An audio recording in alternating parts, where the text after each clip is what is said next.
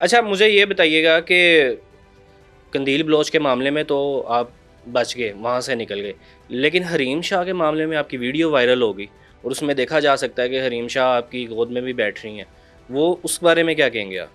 بالکل آج تک ایسی کوئی ویڈیو نہیں آئی جس میں حریم شاہ میری گود میں بیٹھی ہوں۔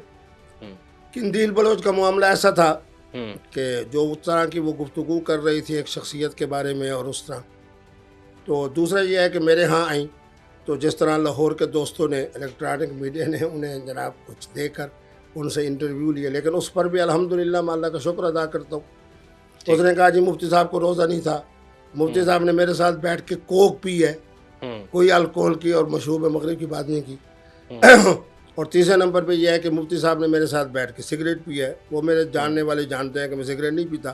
ٹھیک ہے، بہرحال اس کے بعد جناب یہ حریم شاہ صاحب آئی تو ان کا سوائے اس بات کے کہ میرے پیچھے کھڑے ہو کے ٹوپی میں پانی ڈال رہی ہوں یا پیچھے کچھ گفتگو کر رہی ہوں یا میں چل رہا ہوں، مطلب شرارتیں کر رہی تھیں۔ شرارتیں، شاباش، بڑا اعلیٰ جملہ ہے۔ اس کے بعد آپ کی ایک آج تک نازیبہ، نہ وہ میری گود میں بیٹھی ہے، ٹھیک ہے، اور اگر بیٹھی ہے تو پھر وہ وائرل نہیں ہوئی۔ بہرحال آج تک کوئی ایسی مطلب تصویر نہیں آپ آئی۔ اس کو تسلیم کرتے ہیں کہ گود میں نہیں، میں بیٹھ، تسلیم نہیں کر رہا، اچھا میں تو مذاق کی کیفیت پیدا کر رہا ہوں کہ اگر وہ ٹھیک ہے، میری گود میں بیٹھی ہیں اور جو کچھ انہوں نے میرے ساتھ کیا ہے ٹھیک ہے، الحمدللہ ان میں سے کوئی پہلو وائرل نہیں ہوا۔ جو ٹھیک ہے۔ وائرل ہوئے ہیں اس میں گود میں بیٹھنے والا کوئی واقعہ نہیں۔ اچھا ایک ویڈیو بھی وائرل ہوئی جس میں آپ فون میں بوسے دے رہے ہیں، نہیں، تو اس کے وہ سن لیں، وہ بالکل ٹھیک ہے، میں غلط بات نہیں کرتا، حقیقت۔ ہوں، انہوں نے مجھے کہا جی آپ میرے چینل میں آئیں، مختصر کر رہا ہوں۔ میں نے کہا کہ آپ کی وجہ سے پہلے مجھے دکھ پہنچا ہے۔ ٹھیک ہے، کہنے لگے نہیں نہیں نہیں نہیں، میں کلمہ پڑھتی ہوں۔ ہوں، میں نے کہا آپ کلمہ طیبہ سنائیں، انہوں نے کلمہ سنایا۔ اب میں نے کہا آپ کہیں کہ میں اللہ کو حاضر ناظر جان کے توبہ کرتے ہوئے ہوں، آپ کو مثبت انداز کے لیے میں دعوت دے رہی ہوں کہ فلاں چینل میں آئیں چونکہ میری ملازمت ہو گئی ہے۔ انہوں نے کہا یہ ساری باتیں۔ اب جب انہوں نے کلمہ پڑھا نا تو اب میں مزید اس کے اندر ذرا مزاح پیدا کرتے ہوئے، ٹیلی فون تو میرا اپنا ہی تھا، ہوں، تو میں نے کہا آپ نے چونکہ کلمہ پڑھا ہے تو اس لیے میں آپ کو بوسہ دے رہا ہوں۔ معنی یہ تھا کہ اس کو پکا کرنا تھا اس بات کے اوپر کہ میں شرارتوں سے توبہ کر رہی ہوں، ہوں، میں کلمہ پڑھ کے عہد کر رہی ہوں کہ آپ کے ساتھ کوئی دھوکہ نہیں ہوگا، ہوں، آپ کے لیے میں کوئی آزمائش کا سلسلہ پیدا نہیں کروں گی۔ ٹھیک ہے۔ اس توبہ کے اوپر میں نے بوسہ تو اپنے فون کو دیا تھا، نہیں تو بوسا فون پہ دیا، لیکن وہ نامحرم تو لڑکی تو نامحرم نامحرم کے اندر جناب اگر میں اپنے ٹیلی فون پہ بوسہ دیتا ہوں کسی مفتی صاحب سے نہیں، پوچھ لیں ویڈیو پہ تو وہ لڑکی ویڈیو کال پہ تھی، لائیو تھی، جب تو کلمہ وہ پڑھ لے، غلط نہیں ہے؟ سنیں، جی جب ایک محترمہ کلمہ پڑھ لے تو آپ ایک سوال لکھیں نا، مفتیان کرام سے پوچھیں، ٹھیک ایک ہے، شخصیت ہے، محترم ہیں، مفتی صاحب ہیں، ان کا بڑا مقام ہے، ٹھیک، ایک محترمہ ان کے سامنے کلمہ پڑھ رہی ہے اپنے فون پہ، ہوں، پھر جناب توبہ کر رہی ہے بہت بڑی غلطیوں سے، گناہوں سے، کہ دوسروں کا دل نہیں دکھاؤں گی، پریشان نہیں آپ کو کروں گی۔ اس کے اوپر مفتی صاحب نے اس کے اس کلمے کی تائید میں اپنے فون پر اس لیے بوسہ دیا تاکہ اس کی توبہ اللہ کے ہاں پکی ہو جائے اور اس کے اندر بھی شرم حیا پیدا ہو جائے۔ ٹھیک پوچھ لیں ہے، فتویٰ۔ یہ وجہ تھی بوسا دینے کی؟ بالکل صحیح۔ اچھا مجھے یہ بتائیے گا، حریم شاہ نے ایک ویڈیو آپ کی وائرل کی جس میں آپ کو کسی خاتون نے تھپڑ مارا، تو وہ کیا معاملہ تھا؟ بالکل، بڑی اعلیٰ بات ہے۔ بات یہ ہوئی کہ میں کراچی گیا، ٹھیک ہے، وہ جو اس کے اپنا شکر یہ ہے کہ میں ان کے ہاں نہیں ٹھہرا، ایک ہمارے اور دوست تھے، میں ان کے ہاں ٹھہرا، صرف 10 منٹ میں وہاں رکا، وہ بھی اس کہنا چاہیے جو گیسٹ ہاؤس تھا اس کے مالک۔ ہوں، ہوں، تو اب ایسے ہی جناب میں بیٹھا ہوں تو وہ ایک محترمہ، اس کا نام ہے عائشہ، ٹھیک ہے، اس نے آ کے مجھے چائے رکھی، ہوں، اور میں نہیں کہتا کہ اس نے مجھے تھپڑ مارا، اس نے یوں کیا اور سامنے میں نے دیکھا تو وہ تمام شیاطین کا مرکز محترمہ، اس کا نام میں نہیں لیتا چونکہ اس کے اندر ٹھیک ہے، لفظ سعادات کا لفظ شعر ہے، ہوں، تو اس وہ ویڈیو بنائی۔ یہ کل معاملہ ہوگا 3 سے 4 سیکنڈ کا، 3 سے 4 سیکنڈ، اور اس نے پھر کیا کہا جی میں نے تھپڑ مارا۔ ساری دنیا جانتی ہے کہ تھپڑ تو اس نے مارا نہیں، وہ تو ویڈیو بنا رہی تھی۔ ہوں، لیکن ویڈیو میں دیکھا جا سکتا ہے کہ اس نے مطلب ایک اچھا خاصا، وہ جسے کہتے ہیں کہ اس نے میں آپ کو حلفاً کہہ رہا ہوں، وہ آئی یوں کیا اور بھاگ گئی۔ وہ پھر ویڈیو میں کچھ ایسے وہ ہاں، دکھایا نہیں، گیا وہ تو خاص، یوں ہے کہ جب آپ یوں کرو اور اس کے پیچھے جناب اپنا آوازیں جس طرح کی جوڑنا چاہو تو آپ کو تو پتہ ہے یہ سوشل میڈیا اس معاملے میں بڑی ترقی کر گیا ہے۔ ٹھیک ہے۔ اچھا حریم شاہ کی طرف سے آپ کے اوپر ہراساں کرنے کے بھی الزامات لگائے گئے، اس حوالے سے کیا کہیں گے آپ؟ میرے بیٹے میں کسی کو ہراساں کیوں کروں؟ آپ کی مسکراہٹ مجھے بتا رہی ہے کہ آپ سمجھتے ہو کہ مفتی عبدالقوی صاحب خواتین کے بارے میں خوش نصیب ہیں، جب بغیر ہراساں کیے حریم شاہ سے بہت درجے بہتر ایمان والی، حسن والی، جمال والی قبلہ مفتی صاحب کی میزبان ہوں، منتظر ہوں، تو مجھے کسی کو ہراساں کرنے کی کیا ضرورت ہے؟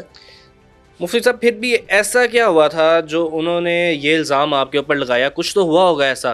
میرے بیٹے آپ خود کہہ رہے ہو کہ الزام. ہوں اچھا چلو آپ مجھے نکال دیں. ٹھیک ہے. شاہد آفریدی جیسا جنتی آدمی کے لیے انہوں نے کیا بات کی؟ فلاں صاحب جو شیخ صاحب ہیں سیاستدان، ان کے لیے کیا بات کی؟ فلاں جناب وزارت خارجہ میں کیا تماشا دکھایا؟ فلاں جگہ کے اوپر کیا ہوا؟ معنی یہ ہے کہ اب وہ اپنے انجام کو پہنچ چکی ہے.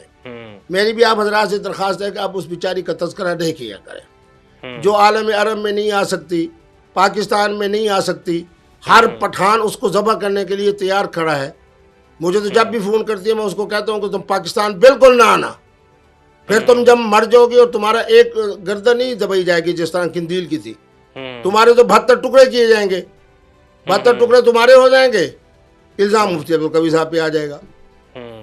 آج آپ کے پروگرام کے توسط سے بھی کہتا ہوں کہ خدا را تم پاکستان نہ آؤ، پٹھان مشتعل ہیں، انہوں نے تمہیں بغیر بسم اللہ اللہ اکبر پڑھنے کے شہید کر دینا ہے.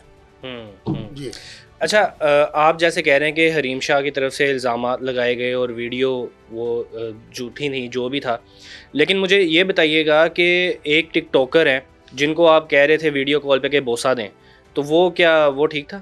نہیں، میرا خیال میں دیکھیں بات یہ ہے کہ ایک تو میں حقائق کو مانتا ہوں. آپ نے کہا کہ جناب کیسن وہ جو ویڈیوز جو ہے وائرل ہوئی ہیں تو آپ کہہ رہے ہیں غلط. میں کسی کو غلط نہیں کہہ رہا، میں تو سچا آدمی ہوں. میری ہر طرح کی ویڈیو جس شکل میں آئی ہے بالکل درست ہے.